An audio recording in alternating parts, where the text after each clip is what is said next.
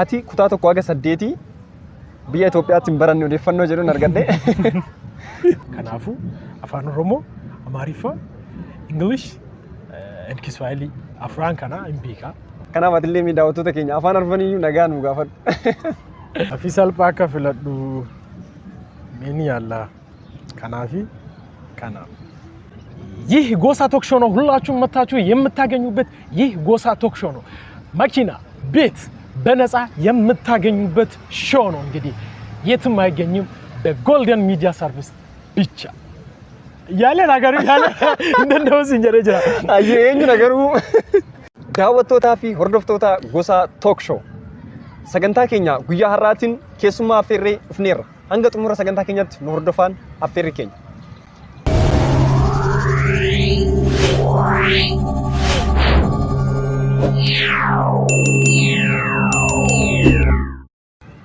duraan dursee waamicha koo kabajjee gosa tok show irratti anafaan afgaafi gochuuf eeyyamoo ta'uu keef galatoomii daawwattoota keenya waliin wal bare. Alleeni duraan dursee waan isaan asitti na waamtaniif baay'ee galatoomaa jechuu barbaada waan naaf feetaniif. Maqaan kiyya Abdirzaaq Hussein Abdallaa jedhama. Barataa Dirreedawaa Yuunivarsiitii Departmentii Journalism and Communication baradha. Okay, thank you. Abdirzaaq Departmentii Journalism and Communication yookiin gaazexeessummaa fi sabquunnamtiidha kan qo'achaa jirtu Yuunivarsiitii Dirreedawaatti. Departmentii kana qo'attuuf kan si kakaase maalidha inni? Okay. Gaafii bareedaadha. Kan na kakaase duduba si deebisa. Yeroo diqaa jiru jalqabee jechuudha. Waan akkas entertainmentii waan akkana kan baay'ee keesseenuu barbaada beektaa. Akkasumas kutaa 12ffaallee erga xumureen booda teettee yeroo gaggarii uf madaalta maal danda'aniin maalirratti hirmaachuu qaba. Laafiin kee ka fuulduraa maal ta'uu qaba waan jedhu irratti yaadda beektaa akka nam tokkotti yeroo ayyaat kana waan yan danda'u tokkin hojja jiraate nam dur ba'ee dubbii dubbachuu hin danda'a. Confidensii kee maatiin hunda naa himanii akka inni confidensii qabuu fi akka inni nam dur ba'ee dubbachuu danda'u.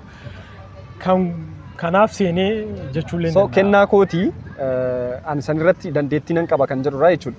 Tole guddaa galatoomii. Ati kutaa tokko haga 8 biyya Itoophiyaatti hin baranne odeeffannoo jedhuun argadhe. Keeniyaatti baratte odeeffannoo jedhuudha kan nagahee. Akkam ture mee haalli baruuf barsiisuu Keeniyaatti maatiin kee immoo dhaloonni isaanis lammii Itoophiyaa akka ta'anidha kan odeeffadhe. Ati kutaa tokko haga 8 akkamitti carraa Keeniyaatti barachuu argatte? Haalli baruuf barsiisuu biyya Keeniyaa fi immoo biyya keenya Itoophiyaa maal fakkaata? Dhugaadha. Erga gaafii kan na gaafattee si deebisa. Akkaataan ani achi barachuu danda'e yeroo mooyyalee dhaladhe akka mooyyalee warri hin beekne asumaan isaanitti himuu barbaadetti mooyyalee jechuun biyya daangaati laf lama wal qunnamsiisti Keeniyaa fi Itoophiyaa jechuudha. Biyya jaalalti jirtu yeroo ati man barbaadde seenteeti yaa beela'ee jette namni hunda nyaata si affeera rakkoon qabu. Biyya jaalalaati jechuu barbaadetti. Yeroo ati achi jirtu barumsi gaariin Keeniyaa jiraa jedhanii abbootiin keenya akkasii yaadan. Kanaaf na qofaa miti hiriyoota kiyya namni baay'een yeroo mooyyalee jiraattu Keeniyaa deemteeti barataa jechuudha. Kutaa tokko haga 8 kan achitti qorachuu dandeesseef sababa abbootii keetiiti jechuudha. Sababuu abbootii kiyyaa fi abbootiin kiyya yaadii warri qabanu Keeniyaa barumsa gaarii namaa kennanii jedhanii waan yaadanuuf yeroo dhugaan jiru akkam haala baruuf barsiisuu biyya keenya Itoophiyaa fi Keeniyaa akkasuma imaammata barnoota illee wal qabate sirratti illee jijjiirama akadeemikaalii fiduudhaaf biyya kamtu irra fooyyee jettee yaadda? Dhugaa dubbachuu fi haala barsiisuuf baruu irratti Keeniyaan jabduudha jedhee yaadda. Akka isaan na hin komannee koominatti hin kaasne dhiifama. Warri paatroota ta'an baay'een isaaniitti. Akkasii miti garuu waan ani akkas jedheefi haala diqqeennaa jalqabanii sirriin nan barsiisan Keeniyaa. Itoophiyaa amma ministeerri barnoota yaaliin inni gochaa jiru baay'ee gaariidha. Garuu yaalii kana osoo durii jalqabee bareedaa ture. Garuu yeroo tokko lafaa kaanee barsiisota dhiifama barattoota akkasitti waan warri kanaan dur hin baranne itti fiduuni akka nam tokkootti hin ulfaatan fakkaata. Kanaaf Keeniyaan diqqeennaa jalqabdee rules and regulation qabani akkaataa suniin barataa jechuudha. Kanaaf abbootiin keenyilleen barumsi Keeniyaa hin wayyaa jedhanii achi nu barsiisaa turani. Akkamitti Keeniyaa irraa immoo kutaa tokko 8 xumurtee barumsa sadarkaa lammaffaatiin gara biyya keenya biyya Itoophiyaatti deebitee sadarkaa lammaffaa kee kan golobde Mooyyaleetti idduma dhaloota keetti ta'uudha kanan odeeffadhe. Akka maaf achumatti fufuun gaariidha. Jaalala biyyaatu si deebise moo sin jechuuf? Akkasillee jechuu ni dandeenya. Waan ani deebi'eef dhugaa dubbachuu fi Keeniyaatti kutaa 8 erga galeen booda kan deebi'e guutumaa guututti hin xumurre.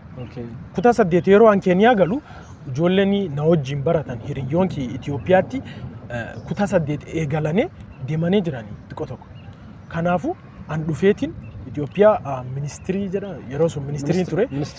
Ministirii fudhan. Qormaata mootummaa naannoo Oromiyaatiin biiroo barnoota Oromiyaatiin bahu jechuudha. Akkas ministirii suni dhufee fudhadhe kutaa 8ffaa irratti ka Keenyaa san dhiisee dhufeeti jechuudha. Waan an achi dhiisee dhufeefi obboleessi kiyya jira. Naayiroobii Keeniyaa keessa magaalaa guddoo Keeniyaa jechuun Naayiroobii waggaa 3 keessa taa'ee jira. Barattootni yaada tokko jira. Keeniyaa keessatti yoo atin high schoolii seente kan atin akka yuunivarsiitii carraan si dhaqqabe maatii kee irraati gara biraa deemtee barattu. Kun immoo baay'ee ulfaata. Yeroo sunitti umriin daa'imummaa jira. Barataan yeroo kutaa 8 baasu yookiin ganni isaa 14 yookiin 15. Kanaafuu waan akkan ulfaatuu fi maatiin hin barbaanne beektaa. Akkan Itoophiyaa deebi'uu barbaadane. Kanaaf gad dhufeetiin akkasii ministirii fudhadhee obboleessi kasiin jechuunillee Naayiroobiitti deebi'ee akkasitti umrii diqqaa kanaanii is lafaa baasnuufi Itoophiyaatti yoo deebisnetti gaariidha jedhanii akkasii maatiin murteesse murtii sanaan Itoophiyaa deebi'ee jechuudha.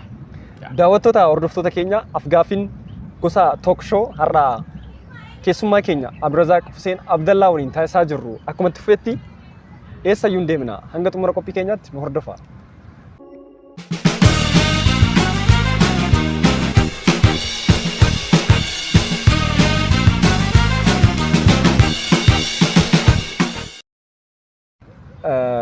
Abdurazaaq guddaa galatoomii ati biyyoota lama beektaa jechuun Itoophiyaa fi Keeniyaa jiraatteertaati.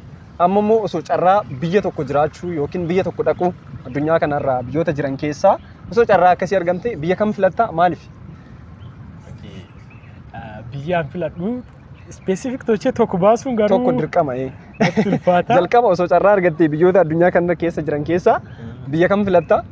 Biyyoota lamaaniin ala jechuudha. Sababni kee immoo maalidha inni? Laan filachuu hin danda'u. Hin dandeessu. Yoo laan filachuu hin dandeenye dhugaa dubbachuuf lamuwaanii ansiin jedhee fi makaa jira. Makaa jechuun ni beektaa fuula musliimooti itti deemanii rabbii warraa galateeffatanudha. Sunillee filachuun barbaada garuu London illee deemuu waan barbaadu. Lamaan keessaa tokko carraa osoo tokko filachuu argatte. Dhugaa dubbachuu fi makaa deemuu barbaada. Achi jiraachuun barbaada. Maaliif jettee ona gaafatte wanni amantii keerraa baay'ee waan fagaadhee jiru na fakkaata sammuun kee keessatti. Kanaafuu achi deemeti achi jiraachuu barbaada. Peace of mind jetti warri adiin kun waan akkanaa waan argadhu na fakkaata achitti. Kanaaf achi qorqalbiin kee nagaa argata. Nagaa argata. Fulaakasii na fakkaata. Warri deemanii dhufanillee dhuguma fulaakasii akka ta'e hin ibsani. Kanaaf achi jiraachuu barbaada. Tole guddaa galatoom. Inni biroo afaan afur akka dandeessuun kan odeeffadhe afaan afur jechuun hin baratamne amma biyya keenya keessatti artistoonni muraasni ni jiru kan afaan baay'ee danda'anii tarii mootuu afaanota Afrikaa gurguddoo jedhamanii ramadaman keessaa kan ati dandeessu baay'een isaanii afaanonni kun maalidha? Afaanota kana immoo barachuudhaaf akkamitti carraa argattani? Dhugaa dubbachuu fi dhuguma afaan afuriin beeka. Carraan an argadhe akkuma siin jedhee Keeniyaallee baradhee Itoophiyaallee waan kee jiraadhee fi Itoophiyaallee biyya kitaatee fi yeroo Keeniyaa jiraatan afaanii atiin ittiin dubbattu afaan lama Ingiliffaa fi Kiswaahilii jechuudha. Yaa afaan Oromoo afaan ani itti dhaladhee guddadhee afaan kiyya. Amaariffaa Itoophiyaa keessa erga dhufeen booda Amaariffaallee barachuu fi carraa argadhee jira. Kanaafuu afaan Oromoo, Amaariffaa, English and Kiswahili afraan kana hin beekaa. Gaariidha jechuudha. Amma yeroo garaagaraatti mooraa keessatti illee akka isteejii garaagaraa hojjechaa turte. Waltajjii garaagaraa hojjechaa turte quban qaba. Waltajjiiwwan hojjettu san irratti ofitti amanamummaa cimaa akka qabdus barattoonni Dirreedawaa Yuunivarsiitii odeeffannoo kennanii jiru. Anis immoo quban qaba waan sagantaa garaagaraa ati gaggeessaa turte irratti waan hirmaadhee fi ofitti amanamummaa sun maalirraa maddee inni biraan moo'itu afaan arfan san danda'uun kee maltiilingaal ta'uun kee maal si fayyadame? Akkuma jette waltajjii adda addaa gubbaatti ba'ee gaggeessaa ture dhuguma. Dirreedawaa Yuunivarsiitii keessallee akkasumas biyyaan itti dhaladhe Mooyyaleelletti fuula hedduutti gaggeessaa ture. Kunin akkuma siin jedhe jalqaba irratti konfidensii qabdaanaan jetti maatiin kee. Maatiin kee namni tokko yeroo waan kan hin dandeettaa siin jedhe waan sun irra cimaa deemtaa bara malee dubatti hin laaftu. Kanaaf konfidensii qabdaa waan naan jechaa guddadhee fi konfidensii keessan cimsaatiin deeme akkasumas yeroo agartee jirtu waltajjii yeroo gaggeessu akkasumas konfidensiin normaalii ta'eeti waan tokkollee osoo hin sodaatin dhuguma hin gaggeessa. Waan warri durii mata keessan natti himan sun akkaataan itti guddadhee jechuudha. Maatiin kee gahee guddaa taphatanii jechuudha. Ofitti amanamummaa akka ati qabaattu. Maatii kiyyaa fi karoom kanaan galatoom jechuu barbaada. Galatoom. Maltiilingaal ta'uun kee yookiin afaan baay'ee danda'uun kee moo'itu tarii waltajjii akkanaa kanarratti dhaggeeffattoota baay'ee hordoftoota baay'ee akka horatu dinqisiifattoota baay'ee akka horatu si fayyadeeramu inni biraa faayidaa maal siif qabaatame? Addunyaa kan namoonni akkamitti akka maltiilingaal ta'uun faayidaa maal qaba jettee maal gorsita? Yaa dhuguma addunyaa kan keessatti afaan hundaa yoo baratte yoom akka si fayyadu hin beektu garuu yeroo tokko si fayyadu. Am TikTok irratti afaan tokko jira yeroo ati agarte akkasumas interview wayii gaafatanii maqaan keessan eenyu jenna warra bosona galu tokko fakkaata. Afaan akkasii sunu yoo baratte yoom akka si fayyadu hin beektu garuu si fayyada. Ani waan inni na fayyadee jira jedhee yaadu tokkoffaan inni guddaan akkuma jettan waltajjii afaan Amaariffaanis Ingiliffaanis afaan Oromoonis gaggeessaa ture. Fuula akkasii kanatti namoonnis priority sii kennanii beektaa jalqaba siif kennanii waan ati afaan hedduu beektuu fi afaan Ingiliffaa akkuma nu beeknu internationalidha barachuus asir jira. Afaan ati itti dhalattee afaan kee afaan Oromoo dammoo sunis barachuun sirrii. Yaal tokko afaan arfan kanaan iyyuu hordoftoota keenya nagaan jedhin afaan arfan iyyuu jechuudha. Greeting irraa eegalamiti afaan communication keessatti afaan kamiyyuu jalqaba dialoogii kitti osoo seeniin greeting irraa waan eegalamu yookiin nagaa wal gaafachuun waan eegalamuuf kanaaf atillee miidhaawwattoota keenya afaan arfan iyyuu nagaa nu gaafadhu. Ishi afaan Oromootiin jalqaba akkam jirtanii nagaa jirtanii Booranni nageenyi badhaadhaadhaami. Nageenyi badhaadhaa galata waaqaa hin jirraanu inni afaan Amaariffaanis እንዴት ናችሁ? ደህና ናችሁ ወይ? ዛሬ ጎሳ ቶክ ሾው ላይ ቀርበናል። በዚሁ አጋጣሚ አበረታቱት። ኢንተሊጀንት የሆነ ጎበዝ ልጅ ነው። Thank you. አፋን ኪስዋሊኒስ ሀባሪዬኑ ኮማጂና ናይቶ አብድርዛቅ ሁሴን ሌዮ ቱኳፓ ነጎሳ ከበደ Okay. Yeah. Ingilifanis hello, my name is Abdulrazak Hussein. Today I have invited here with Gosa and I'm here on Gosa Talk Show. I suggest every one of you to support this man. He's an intelligent and brave man, and just support him. That's all. Galatomi.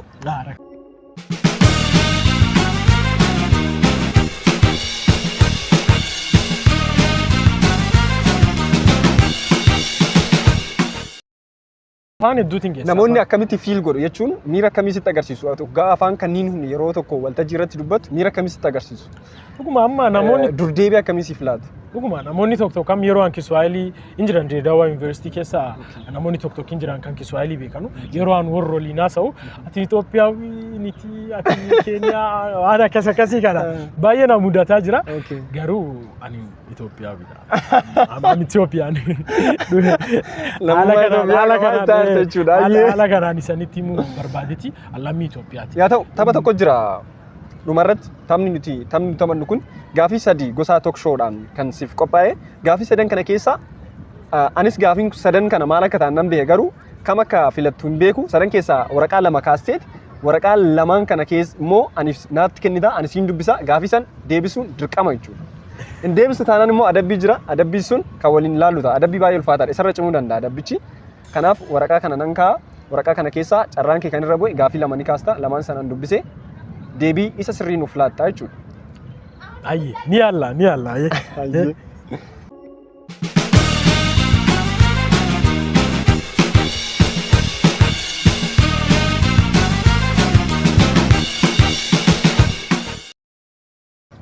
Daawwattoota keenya amma kan gochuutti jiru gaafii sadii Abdurrazaaqiif qophaa'eera. Sadan keessa waraqaa lama kaasee waraqaa lamaan san natti kenna deebii isa sirrii nu deebisaa jechuudha. Annan dubbisaaf. Yoo hin deebisne ta'e garuu ni adabama. Adabbiin inni adabamu immoo gaafii kana caaluu danda'a. Kanaaf fudhadhu. Gaafii salphaa akka filadhu ni yaalla. Kanaafi kanaaf. Ayyee. Guyyaa haftu. Guyyaa haftu. Nyaabuni naabdi koy. Okay. Gaafii sadisiif qophaa'e keessaa gaafii sadaffaadha akka xarraa gaafiin kuni maal jedhaa nyaatni ati nyaachuu jibbitu maalidha maaliif jedha. Dhugaa dubbachuuf akka namummaatti barataa yuunivarsiitii illee taatee nyaata jibbuu hin dandeenye. Hin ulfaata. Kaaffee fayyadamaa. Dhugaa dubbachuuf nyaata argee hundaan nyaadha garuu kan natti ulfaataa hidhee yaadu. Fooni kan hin bilchaatin jechuudha. Okay. Dheedhii jechuudha. Dheedhii. Foon dheedhii. Okay. Foon dheedhii waan nyaadhu natti fakkaatu. Natti ulfaatallee kanaan dura. Akkuma siin jedhan waan Keeniyaa deemaa barachaa guddadheefillee waan akkasii hin jiru gamkeen. Akka foon dheedhiin leenca qofaa fayyadamaa jedhanis hin barsammoo sila. Laa akkasii miti. Biyya keenyatti baay'ee leellisama sila ta'eef. Dhuguma. Atillee asumatti dhalattee guddatte foon dheedhiin kun baay'ee leellifama maalirraa ka'eetu. Garuu gar mooyyaleellatti agas cuuf namni hin fayyadamaa jedhee yaadu akkaataa ati itti guddatte man keessalleetti foon dheedhii maatiin agas maraa ittiin fayyadamanu anilleen Keeniyaa kee waan deemaa guddadheefi yeroo tokko jalqabaaf ni yaale ergasii natti hin tolle takkuma nyaadheen beeku. Guddaa galatoom. Gaafii lammaffaan ati filatte immoo ituu gaafii baay'ee ulfaatudha. Gaafii lammaffaan ati filatte deebii sirrii nu deebistaa jechuudha. Jaalallee ta'e maqaan ishee eenyu?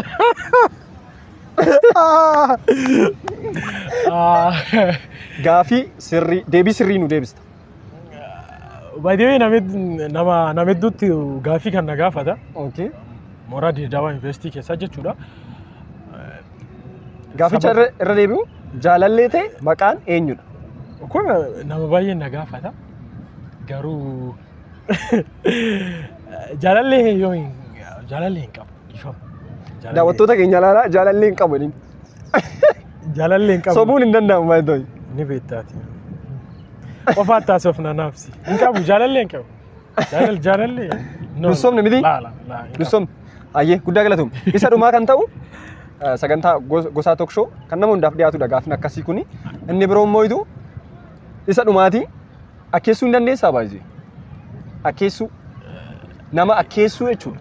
Kun agalee fakkeenyaaf namoota beekamoo ta'an keessaa taphattoota kubbaa miilaa ta'uu danda'a sagaleedhaan jechuu kooti. Namoota siyaasaa, namoota sirban muuziqeessaa, namoota amantii ta'uu danda'u fakkeessuu kan sagalee isaanii fakkeessitee akka isaanitti act gochuu.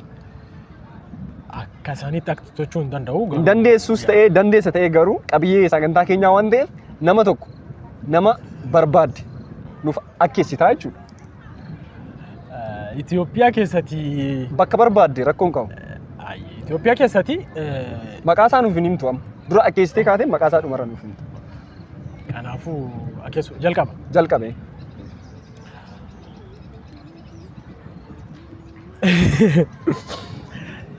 ይህ ጎሳ ቶክ ሾው ነው። ሁላችሁም መታችሁ የምታገኙበት ይህ ጎሳ ቶክ ሾው ነው። መኪና፣ ቤት በነፃ የምታገኙበት ሾው ነው። እንግዲህ የትም አይገኝም በጎልደን ሚዲያ ሰርቪስ ብቻ ያለ ነገሩ ያለ እንደው ሲንጀረጃ አየኝ ነገሩ